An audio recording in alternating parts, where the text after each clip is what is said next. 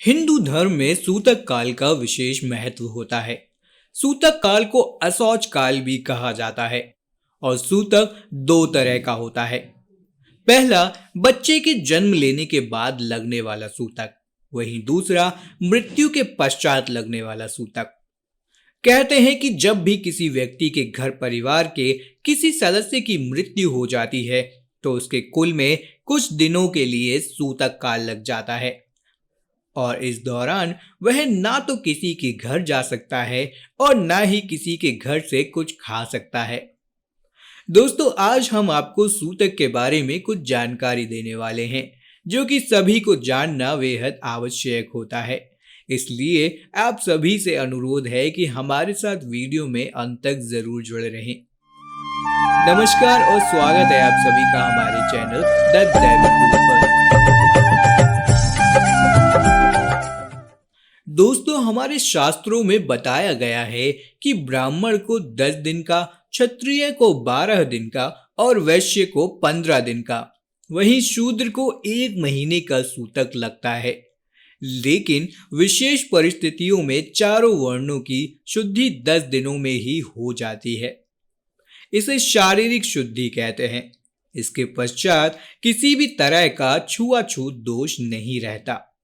दोस्तों, आपकी जानकारी के लिए बता दें कि परिवार में देवताओं की पूजा आराधना इसके बाद ही की जाती है, जिसमें स्थित सर्वप्रथम भगवान विष्णु की पूजा की जाती है। फिर सत्यनारायण कथा का श्रवण अनिवार्य रूप से किया जाता है।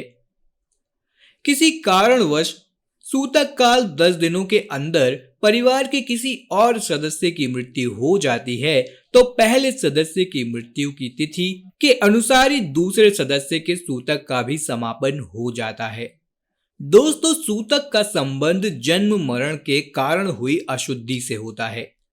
जन्म के अवसर पर जो नाल काटा जाता है और जन्म होने की प्रक्रिया के दौरान जो हिंसा होती है उसमें लगने वाला दोष या पाप प्रायश्चित के रूप में पातक माना जाता है।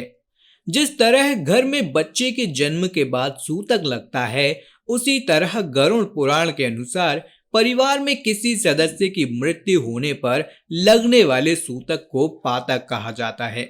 तो आइए दोस्तों, जानते हैं कि परिवार में सूतक किन किन अवसरों पर या किन किन कारणों के चलते लगता है। दोस्तों, मृत व्यक्ति के परिजनों को 10 दिन तक, अंत्यक्रिया करने वाले को 12 से 13 दिन सूतक पालन कड़ाई से करना होता है। मूलतया यह सूतक काल 1.25 माह तक चलता है। 1.25 माह तक कोई किसी के घर नहीं जाता। 1.25 माह अर्थात 37 से 40 दिन का समय। 40 दिन में नक्षत्र का एक काल पूर्ण हो जाता है। यदि किसी के घर में कोई सूतक या पातक हो जाता है तो 40 दिन तक का सूतक या पातक लग जाता है। ऐसा भी कहा जाता है कि 7 पीढ़ियों पश्चात 3 दिन का सूतक माना जाता है, लेकिन यह निर्धारित करना कठिन है। मृतक के अन्य परिजन अर्थात मामा, भतीजा, बुआ आदि परिजन कितने दिनों तक का सूतक का पालन करें, यह संबंधों पर निर्भर करता है तथा उसकी जानकारी पंचांग व धर्मशास्त्रों में दी जाती है। लेकिन जिसका संबंध रक्त से है उसे ऊपर बताए गए नियमों पर चलना ही होता है। जन्म के बाद नवजात पीढ़ियों की हुई असुचिता 3 पीढ़ी तक 10 दिन, 4 पीढ़ी तक 10 दिन, 5 पीढ़ी तक 6 दिन गिनी जाती है। एक रसोई में भोजन करने वालों के पीढ़ी नहीं गिनी जाती। वहां पूरा 10 दिन तक सूतक होता है। प्रसूति नवजात की मां को 45 दिन तक सूतक रहता है। प्रसूति स्थान 1 माह अशुद्ध माना जाता है, इसलिए कई लोग अस्पताल से घर आते हैं तो स्नान करते हैं। पुत्री के पीहर में बच्चे का जन्म में 3 दिन का, ससुराल में जन्म हो तो उन्हें 10 दिन का सूतक रहता है। मरण के अवसर पर दाह संस्कार में इत्यादि में हिंसा होती है। इसमें लगने वाले दोष या पाप के प्रायश्चित के स्वरूप पातक माना जाता है।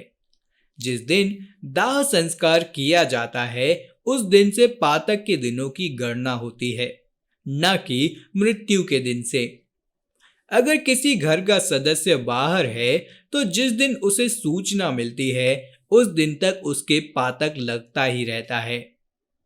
अगर 12 दिन बाद सूचना मिले तो स्नान मात्र से शुद्धि हो जाती है। अगर परिवार की स्त्री का गर्भपात हुआ हो तो जितने माह का हुआ हो उतने दिन का ही पातक माना जाता है। घर का कोई सदस्य मुनि साध्वी है तो उसे जन्म मरण का सूतक नहीं लगता, लेकिन उसका ही मरण हो जाने पर उसका एक दिन का पातक लगता है। इसी तरह घर के पालतू गाय, भैंस, घोड़ी, बकरी इत्यादि को घर में बच्चा होने पर एक दिन का सूतक, परंतु घर से दूर बाहर जन्म होने पर कोई सूतक नहीं रहता है। बच्चा देने वाली गाय, भैंस और बकरी का दूध क्रमशः 15 दिन, 10 दिन और 8 दिन तक अशुद्ध रहता है। दोस्तों, सूतक पालन के लिए शास्त्रों में कुछ नियमों का वर्णन किया गया है, जैसे कि सूतक और पातक में अन्य व्यक्तियों को स्पर्श नहीं करना चाहिए, कोई भी धर्म कृत्य या मांगलिक कार्य नहीं करना चाहिए तथा सामाजिक कार्य में भी सहभागी नहीं होनी चाहिए। अन्यों की पंगत में बैठकर भोजन नहीं करना चाहिए, किसी के घर नहीं जाना चाहिए और ना ही किसी भी प्रकार का भ्रमण करना चाहिए। सूतक या पातक काल समाप्त होने पर स्नान तथा पंचगव्य सेवन कर शुद्ध हो जाना चाहिए। सूतक और पातक की अवधि में देवशास्त्र, गुरु पूजन, प्राक्षाल, आहार आदि धार्मिक क्रियाएं वर्जित मानी गई हैं, अन्यथा इन सभी से दूर रहना चाहिए। जिस व्यक्ति या परिवार के घर में सूतक पातक रहता है उस व्यक्ति और परिवार के सभी सदस्यों को कोई छूता भी नहीं है। तो दोस्तों, आशा करते हैं कि आपको यह जानकारी ज्ञानवर्धक लगी होगी। ऐसे ही और भी वीडियोस को देखने के लिए हमारे चैनल दैविक गुरु को सब्सक्राइब करना ना भूलें। वीडियो में आप सभी अंत तक बने रहे उसके लिए आप सभी का धन्यवाद।